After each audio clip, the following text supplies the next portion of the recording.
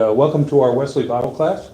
We are going to be doing Numbers chapters 29 and 30. I'm going to go through chapter 29 fairly quickly, even though it is a long chapter. But there are just a couple of points that I think need to be made out of chapter 29. But we get into chapter 30, then we get some more controversy. So we'll talk about that. Okay, so it's kind of interesting what's going on here. You had a couple of chapters ago, God is telling Moses that he wants him to go up into the mountains and to look out over the promised land, but that promise is not going to be fulfilled with Moses. Moses is not going to go into the promised land. When he gets to the top of the mountain, he's going to die. And he's going to die not because he's been such a great guy or because he's of old age or infirm or anything like that. I mean, the guy's going to have to walk up the mountain to die. So he's going to die because God felt like he blew it at the waters of Meribah. And the people rebelled, and Moses took it personally and acted as if he was God's judge, and all, at the one point where God seems to have been more merciful than Moses, all right, he's going to nail Moses now. And so Moses is not going to just die. Moses is going to die because. I mean, how good do you have to be? But Moses is pretty old. What, about 129? He was an old guy when they started this thing. Yeah. So it was time. yeah, I mean, you could have just said, well, he's old, let's give him some peace. He can go to his ancestors and, he can be gathered to his people. Okay, gathered to his people. So Moses is going to be gathered to his people, but he's going to be kind of kicked off the mountain to his people, that kind of thing. That it just doesn't seem right. But he's still, they're still trying. Okay, so, yeah. So, and you've got to understand why this is written. Now, the thing is, in the book of Numbers, Moses doesn't die. Okay? So God pronounces the sentence on him, and then he tells Moses, okay, I want you to commission Joshua. Okay, but Joshua's not in charge yet. He tells Moses, he keeps telling Moses things that he's got to tell the people. These are all the things you got to tell the people before you go up the mountain to die. All right? So Joshua's not doing any of this, even though he's been commissioned. So, it's kind of, I think that one chapter where they tell Moses, God tells Moses that you're going to go up the mountain and die, that was just kind of thrown in there, by somebody who was not a big Moses fan. I'm sure Moses might think, thank you. It's about Oh, time. yeah. I mean, there are I've had several. enough of these people. Yeah. I've had enough of all this. I'm ready. He doesn't protest. He does Yeah. not. He does not protest, okay? Moses got no problem with this. And there are several times when he said to God, just kill me. Just kill me. I don't have to deal with these people. Just kill me. Okay? And God says, okay, we're good. Praise the Lord. Yep, be careful what you ask for. And Moses didn't say, wait a minute, I didn't mean that. I didn't mean that. Yeah, let's drop back 5 and punt. Okay, so he does not die in Numbers. No. Okay, you're just saying somebody maybe particularly didn't care for him, the writers. Okay, and just stuff that. Okay. So do you think This that's is- true? Well, he didn't get into the promised land. He did go up the mountain and die. Okay? Okay. So that happened. But I think the point they were trying to make is, it doesn't matter how good you think you are, you don't have any guarantees. Right. Okay, we're going to go into some of that guarantee stuff when I start preaching today, but just give it a thought, okay? The idea that once saved, always saved kind of thing, not Old Testament, believe me. Okay, so chapter 29, this is what God's telling Moses to tell the people. On the first day of the 7th month, you shall have holy convocations. You shall not work at your occupations. It is a day for you to blow the trumpets. You shall offer a burnt offering, a pleasing offering to the Lord, 1 bull, 1 ram, 7 male lambs, a year old, without blemish. Okay? Their grain offering shall be of choice mixed flour mixed with oil, 3/10 of 1 ephah for the bull, 2/10 for the ram, okay? This is what you do on top of, the bull's not eating this, okay? 1/10 of each of the 7 lambs with 1 male goat for a sin offering to make atonement for you. Okay, so these offerings, all the ancillary stuff here, these offerings are not a sacrifice for sin, just the goat. Okay? The goat is a sacrifice for sin, but the rest of it is just a tribute to God. All right? So I know when you put money in the collection plate, you're not looking for atonement. Okay? Okay, it's a tribute to God kind of thing, right? Okay. So there's that kind of offering, which is an expression of gratitude and honor and respect. Okay, and then there's this other thing where, oh yeah, by the way, let's throw in the goat. Okay, there are, in addition to the burnt offerings of the new moon and its grain offering, and the regular burnt offering and its grain offering and their drink offering, according to the ordinance for them, a pleasing odor and offering by fire to the Lord. So it's going to have a good, it's like Aden today with the barbecue festival. It's going to smell good. Okay, okay, so these are the offerings of the festival of the trumpets. Then you got offerings for the Day of Atonement. Then you've got an offering for the Festival of Booths. And man, that's a long deal. Okay. Oh, I guess I ought to go back to 28. Because there are other festivals there. Yeah, that's right. Starts 28 and 29 are all about the different offerings. Okay. The Lord spoke to Moses, saying, command the Israelites, say to them, my offering, the food for my offering by fire, my pleasing odor, you shall take care to offer me at the appointed time. You shall say to them, this is the offering by fire that you shall offer, da-da-da-da. So every day, there's going to be some sacrifices. Okay? And what's going on with this? Why do you have this? You got a daily offering, you've got a Sabbath offering, where you add on top of the daily offering. Then you've got monthly offerings, first day of the month, you get an extra month thing, okay?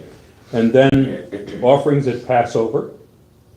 Then you have offerings for the Festival of Weeks, offerings for the Festival of Trumpets, offerings for the Day of Atonement, offerings for the Festival of Booths. These are really lavish. Okay, you're talking about a lot of livestock. Okay, what's going on here? What's going on is this is what's going to be required of the people in order to pay for the priests and the Levites. That's what it is, okay? So we're not dealing in coinage. We're dealing with this is a tax. Basically, this is a temple tax, and you're going to pay for the staff. To do all of this, you're going to pay for your government, administration, you're going to pay for the Levites who, do the work of the temple, and also you'll see more and more that the Levites are engaged in adjudication of things. So what we're talking about here is not just offerings, but we're talking about a support system. It's a support system for government, it's a support system for religious activities. All of this comes together. Okay? Now, if you can come up with, for the Festival of Booths, on the 15th day of the 7th month, you shall have a holy convocation, you shall not work your occupations, you shall celebrate a festival of the Lord 7 days, you shall offer a burnt offering, an offering by fire, pleasing odor to the Lord, 13 young bulls, 2 rams, 14 male lambs a year old, they shall be without blemish. The grain offering shall be of choice flour mixed with oil, 3/10 of an ephah for each of the 13 bulls, 2/10, and da-da-da-da. Okay, and as this thing goes through the 2-week process for this festival, you get 1 less bull each day. Okay, but that's a lot of bull. Just saying. Okay, so these are people ostensibly who are still eating manna and quail. Wow. And they've got a lot of livestock. These people, in the midst of their journey from Egypt, we think, oh, they're going to wander around the wilderness and they'll be starving to death and eat manna and quail. And they're going to get so sick of manna and quail, you know, they're going to complain about the manna and quail. And then they run out of water every once in a while. Okay. These are people, according to this, Moses tells the people this is what's expected of them, and it's not when you enter the promised land and when you prosper in the promised land. This is now. Okay? So they've got stuff. These are prosperous people, and we're going to see even more as we get towards the end of Numbers that, I mean, they've got a lot of stuff. They're not going into the promised land as a destitute people. Okay? They've got a lot of stuff. But they're still drawing their welfare check. I don't know if that sounds familiar, but anyway, they're still doing that. So did they acquire all that from the other people? Some of it later. Some of it later, okay? But this, apparently, this is an indigenous economy for these people. They've been able to go and really prosper. They have raised livestock, and not just for their own consumption. When you get to this level, they're raising livestock that they are selling to communities around about, okay? Understand that these people are in the middle of a really lucrative trade route. People who are traveling through are going to need stuff to eat, be taken care of. They'll pay them for that. So we're looking at people who have been able to prosper where you wouldn't think they would. Okay? Now,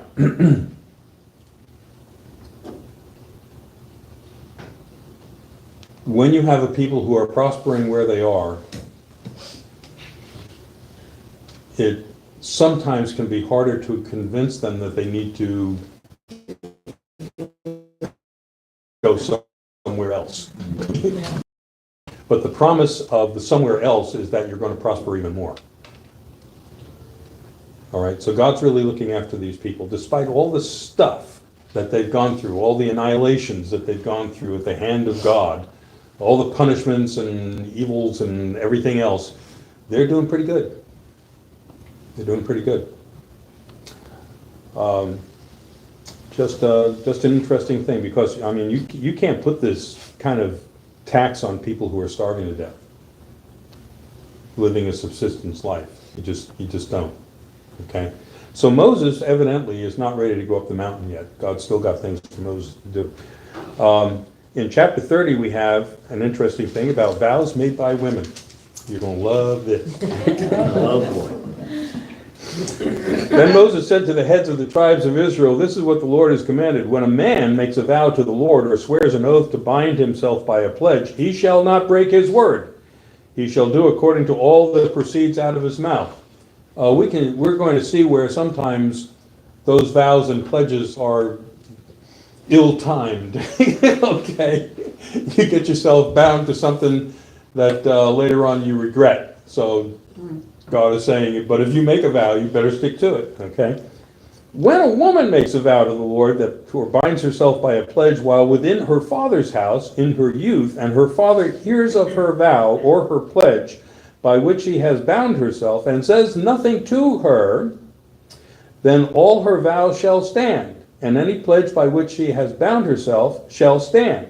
But if her father expresses disapproval to her at the time that he hears of it, no vow of hers and pledge by which she has bound herself shall stand, and the Lord will forgive her, because her father has expressed to her his disapproval. How about that? So daddy can override the stupidity of his female children. Okay. If she marries while obligated by her vows, or any thoughtless utterance of her lips by which she has bound herself, and her husband hears of it and says nothing to her at the time that he hears, then her vow shall stand, and her pledges. Now, I mean, even when she's betrothed, okay, the guy that she's betrothed to can override the vow. What kind of vow are we talking about? Okay, Samuel's mother made a vow that if she could have a child, that she would give him to the priest. Oh, Okay. okay. Samson's mother made a vow that if she had a kid, that he would be a Nazarite. You know, there are a lot of different kinds of vows. Okay. Sometimes you make vows in anger, and sometimes you make vows as a way of dealing with God, okay? And sometimes you make vows because you're stupid, okay? So just but the thing is, once you bind yourself to one of these things, then, you know, it becomes a matter of law. You have to fulfill it, unless your daddy don't like it, or your husband don't like it. Okay. Okay? All right. But if at that time her husband hears of it, he expresses disapproval to her, then he shall nullify the vow by which she was obligated, or the thoughtless utterance of her lips, by which she bound herself, and the Lord will forgive her. Okay? But every vow of a widow or of a divorced woman by which she has bound herself shall be binding on her. Because ain't no guy to say no. Okay? And if she made a vow in her husband's house, or bound herself by a pledge with an oath, and her husband heard of it and said nothing to her, and did not express disapproval to her, then all of her vows shall stand, and any pledge by which she bound herself shall stand.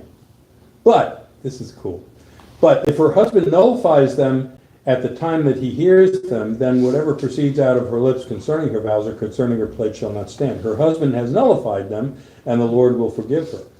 Any vow or any binding oath to deny herself, her husband may allow to stand, or her husband may nullify. But if her husband says nothing to her from day to day, then he validates all of her vows, or all her pledges by which she is obligated. He has validated them because he said nothing to her at the time that he heard of them.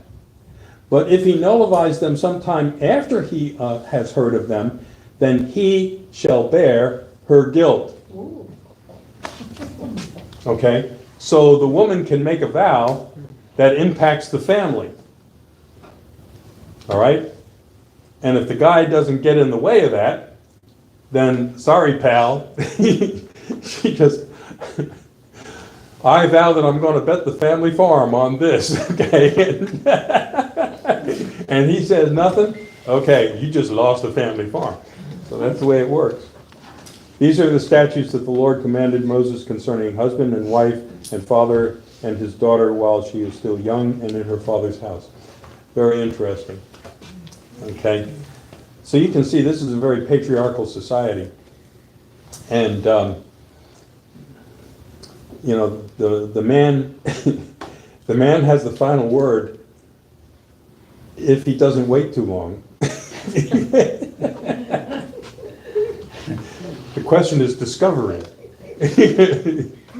Okay? If he waits too long, okay, I mean, he might have heard of the vow the first time a month after she made it, but he can still nullify because that's the first time he heard of it. Okay? But if he heard of it when she made it, okay, then, and he doesn't say anything, then he's just stuck with the consequences of whatever stupid thing. Apparently she says thoughtless, stupid things. Okay? The assumption is that that's what she's going to do. It's an interesting presupposition. So, so this is the kind of society that they live in. Okay? And the thing is, when he makes a really stupid vow, she doesn't have any options.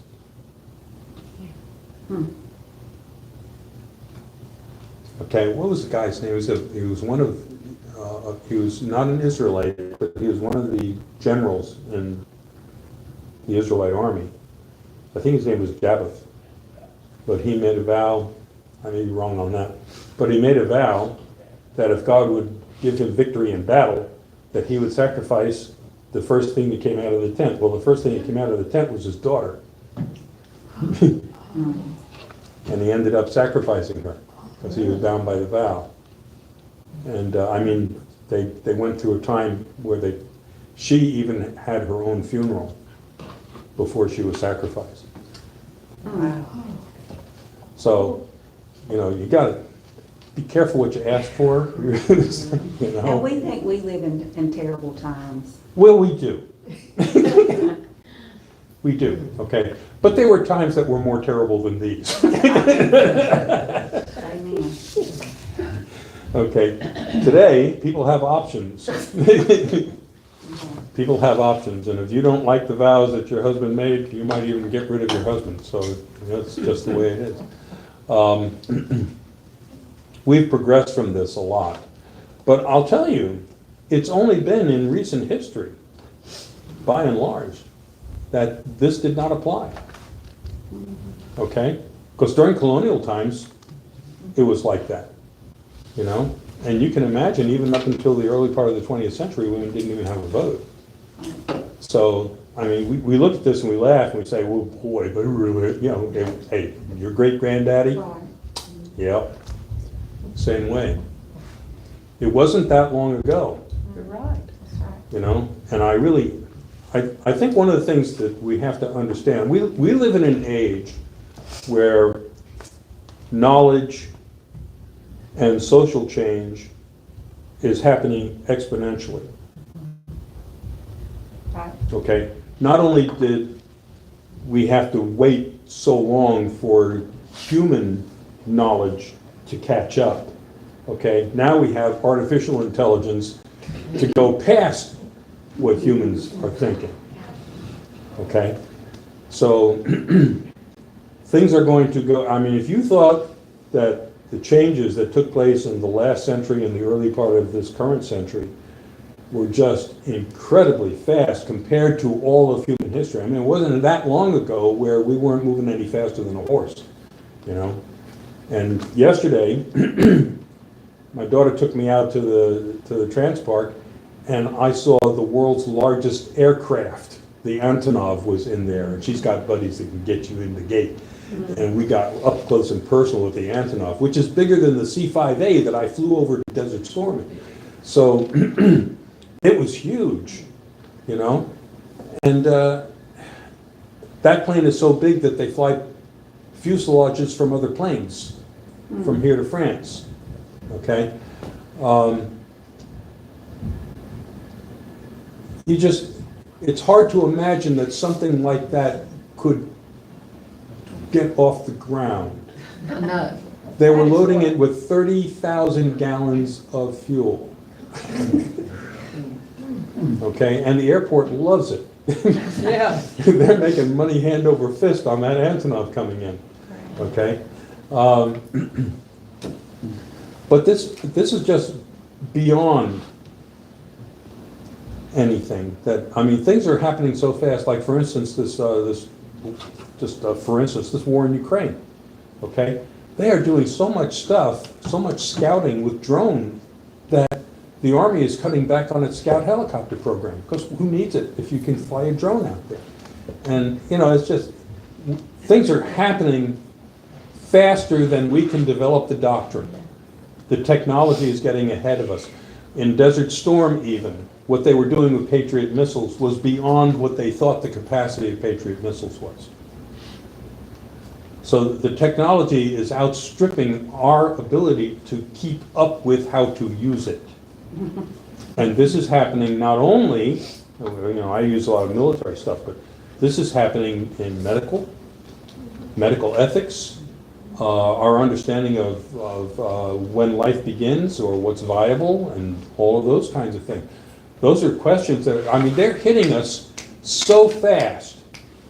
People used to have generations to figure this out, okay? We don't have generations to figure it out, okay? And it used to be that you could look at your kids and you would know what they were going to be doing as adults. Right. Okay? Because like if you were a farmer, they were going to be farmers. Okay? It used to be you could look at your kids and figure out what they're going to be. Now we look at our kids and we don't even know what they are. Exactly. I have no idea what they are or what they're doing. Or what I they don't know think they they're are, doing you know? anymore. The computers all the time. Yeah, yeah, I'm trying to explain what, Working remotely. yeah, yes. And then, you know, it used to Jobs, be that you could easily pass a value system on to the next generation. You can't do that anymore. Because the value systems that they're encountering are things that they're seeing online that you have no idea that they're seeing it online.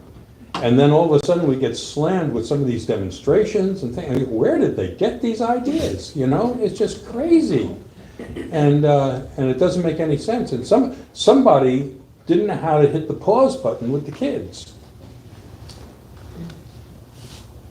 You know, that's like the atomic bomb. Yeah, We didn't know what it would do. yes, that's true. We did not know if we could stop the explosion, you know? And we have created, we're held hostage. What if somebody pushes the button? Yes, It's yes, over. yes. This is not, And you start looking at the Bows and people arrows. who have buttons, Oh, yeah, that's scary. you know, and that's scary as all get out. and you can't destroy this stuff, can you? I mean, we've made it, it's there. Yes, it's a fact of life now. It's a fact of life, and it could be a fact of death. Okay? One of the main reasons why World War I took place was that all these nations expended billions of dollars on building up their military. And then when they realized they didn't have anything to do with their military toys, they started a war. Because they thought they could win it with their toys. And nobody had any idea of the massive destruction that would take place as a result of this prior to World War I. I mean, they're still doing cavalry charges with horses. It's just, you know, we are playing catch up with an Olympic sprinter as a culture, you know. And if we see things falling into what we consider to be dysfunctional at this point, it should be no surprise. Because this stuff can get ahead of you so quick. It can get ahead of you so quick. And then it'll turn around and get you, and you just, I mean, you know, look at how badly we responded to COVID. I mean, the whole world responded really badly to an engineered virus. And they're still engineering viruses. Oh, yeah. So, you know, That's why it's so important to try to keep our children grounded, to the grandchildren, to show them, you know, love nieces and nephews, yeah. and try to show them the right way, what's good, what's loving, what's kind. Mhm. Because what they're facing is amazing. It is. And some it's very frightening and very, very bad for them. Yeah, and they have to make decisions on things that normally adults would be doing, Yeah. you know?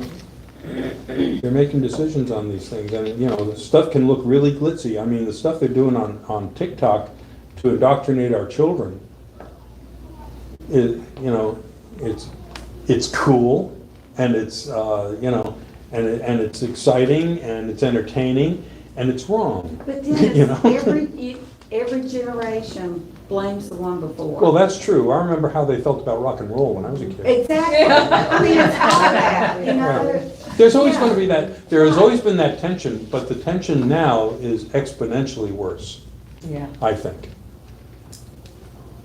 It really is. Compare rock and roll But our to what children- they're going through now. Our children don't know any different. It's always been this way.